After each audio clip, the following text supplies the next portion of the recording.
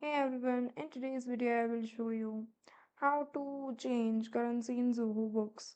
So first log into your Zoho Book account and go to your dashboard.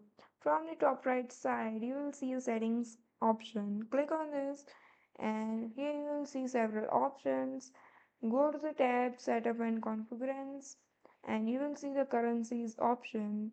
Click on this and here you can either edit an existing currency by click on the edit button and then adjust the details and then hit on the save button, or if you want to change the base currency you can pick your new main currency from the list and then save the changes. That's it, the organization currency is now updated in Zoho Books.